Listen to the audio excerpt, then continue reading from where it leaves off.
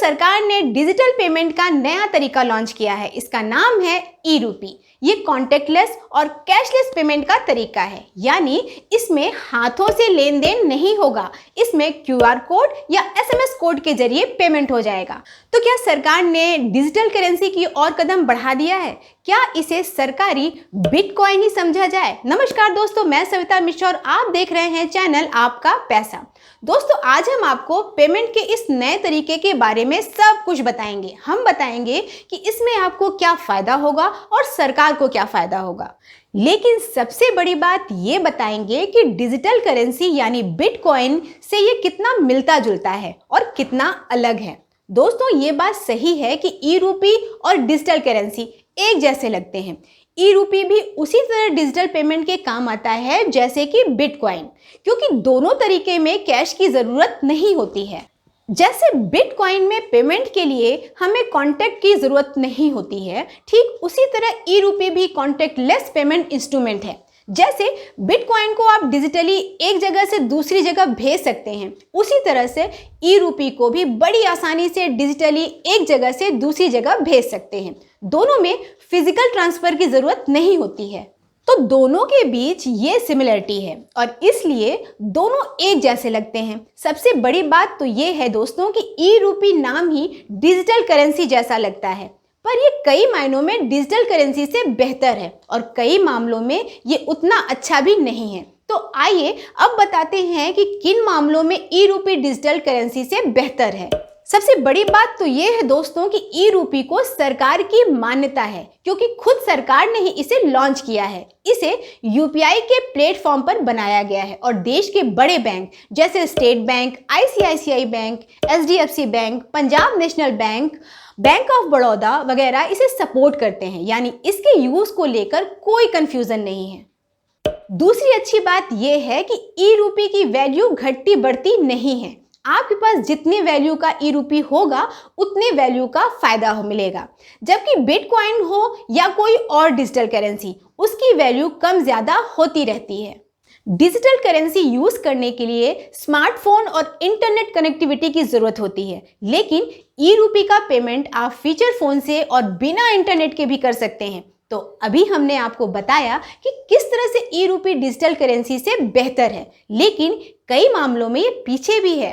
सबसे पहली बात तो ये है कि ई रूपी का लिमिटेड यूज होता है। इसका यूज उन्हीं जगहों पर हो सकता है जो पहले से तय होगी। और दूसरी बात ये है कि एक फिक्स टाइम के अंदर इसका यूज कर लेना होता है। अगर टाइम बीत जाएगा तो ये एक्सपायर हो जाएगा और इसकी वैल्यू 0 हो जाएगी।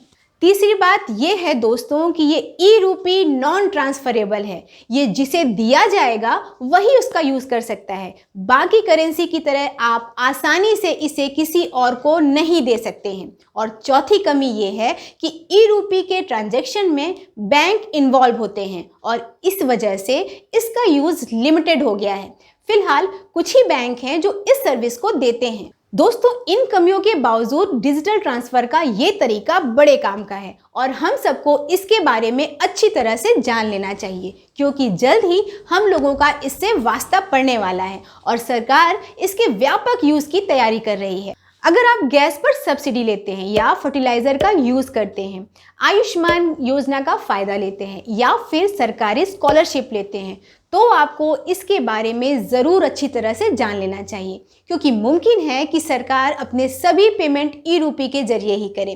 तो आखिर ये है क्या और इसका यूज़ कहाँ होगा? आइए इसे अच्छी तरह से समझ लेते हैं। ई रूपी के यूज को समझने के लिए एक एग्जाम्पल लेते हैं। मान लीजिए एक बड़ी आईटी कंपनी है और वो कोरोना के बाद अपने कर्मचारियों की सेहत को लेकर काफ़ी सीरियस हो गई है और वो चाहती है कि उसके कर्मचारी किसी न किसी जिम को ज्वाइन करके एक्सरसाइज करें।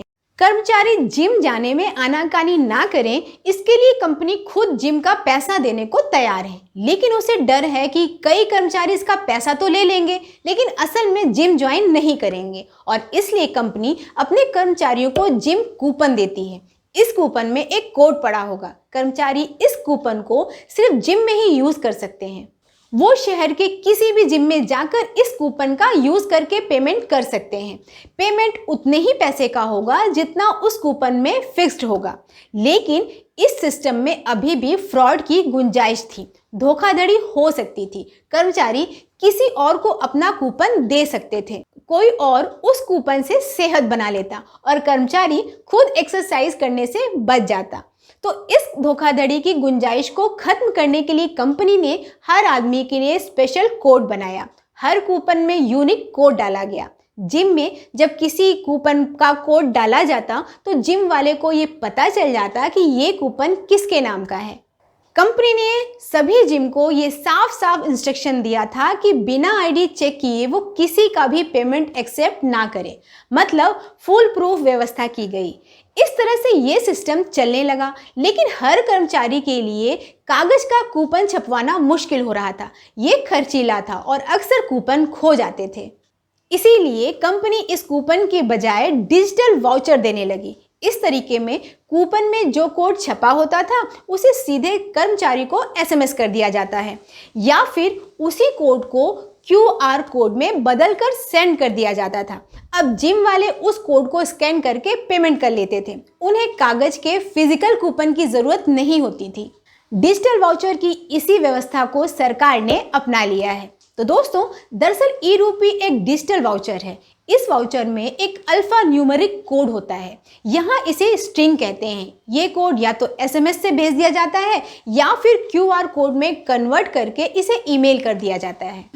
अब पेमेंट करने के लिए आप कैश देने के बजाय इस कोड को शेयर कर सकते हैं। इससे आपका पेमेंट हो जाएगा। दोस्तों, इस पेमेंट के पूरा होने के कुछ स्टेप और भी हैं। आइए उन्हें भी एक एग्जाम्पल से समझ लेते हैं। इससे आपको ये समझ में आ जाएगा कि कैसे सरकार ई-रूपी के जरिए सरकारी मदद देने की सोच रही है और आप इसका फायदा कैसे उठा सकते हैं। मान लीजिए सरकार कोरोना की वजह से डूब रही होटल और ट्रैवल इंडस्ट्री में जान फूंकना चाहती है। वो चाहती है कि सरकारी कर्मचारी छुट्टियां मनाने जाएं, जिससे ट्रैवल इंडस्ट्री का बिजनेस हो सके। सरकार इसके लिए अपने कर्मचारियों को 10-10 हज़ार रुपये देने को भी तैयार है, लेकिन वो ये चाहती है कि ये पैसा केवल होटल स्टे में ही यूज हो और इसलिए वो ई-रूपी का सहारा लेगी। सरकार अपने कर्मचारियों को ई-रूपी डिजिटल वाउचर के रूप में 10-10 हज़ार रुपये देगी, जिसे अगले 1 साल में यूज कर लेना होगा। सरकारी कर्मचारी इस वाउचर को होटल स्टे के लिए ही खर्च कर सकते हैं, बाकी और किसी खर्च के लिए इसका यूज नहीं कर सकेंगे।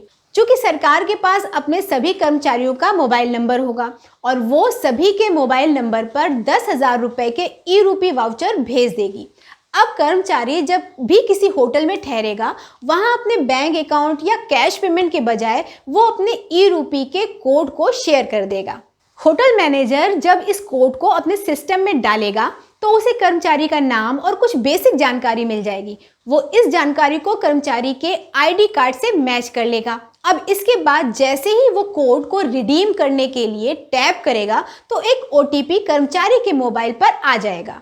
कर्मचारी एक बार फिर इस ओटीपी को होटल मैनेजर के साथ शेयर करेगा और जैसे ही मैनेजर इस ओटीपी को सबमिट करेगा, तुरंत होटल के बैंक अकाउंट में पैसे आ जाएंगे, यानी उसका पेमेंट हो जाएगा। इस तरीके की वजह से सरकार का पैसा सिर्फ उसी काम के लिए खर्च होगा जिसमें वो चाहती है और ये पैसा उसी कर्मचारी को मिलेगा जो होटल में ठहरेगा। दोस्तों, ई-रूपी के यूज को समझने के लिए हमने ये एक एग्जाम्पल दिया था। असल में ऐसी कोई योजना नहीं है। इसके अलावा भी इस डिजिटल वाउचर के कई इस्तेमाल हो सकते हैं। सरकार ने खुद कहा है कि इसका यूज़ माँ और बच्चों को सेहतमंद खाना पहुँचाने, स्वास्थ्य सुविधाएं देने या फिर फर्टिलाइज़र सब्सिडी देने में किया जा सकता है।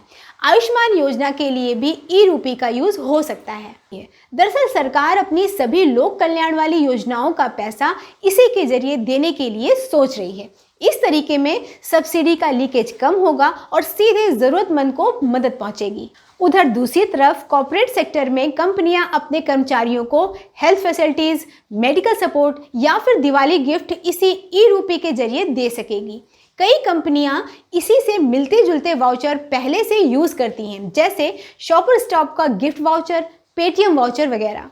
तो दोस्तों ये थी जानकारी ई रूपी डिजिटल वाउचर की। अगर आपको हमारी ये जानकारी अच्छी लगी हो तो इसे अपने दोस्तों और रिश्तेदारों के साथ जरूर शेयर करें और इस वीडियो को लाइक और चैनल को सब्सक्राइब करके बेल आइकन को टैप करना ना भूलें।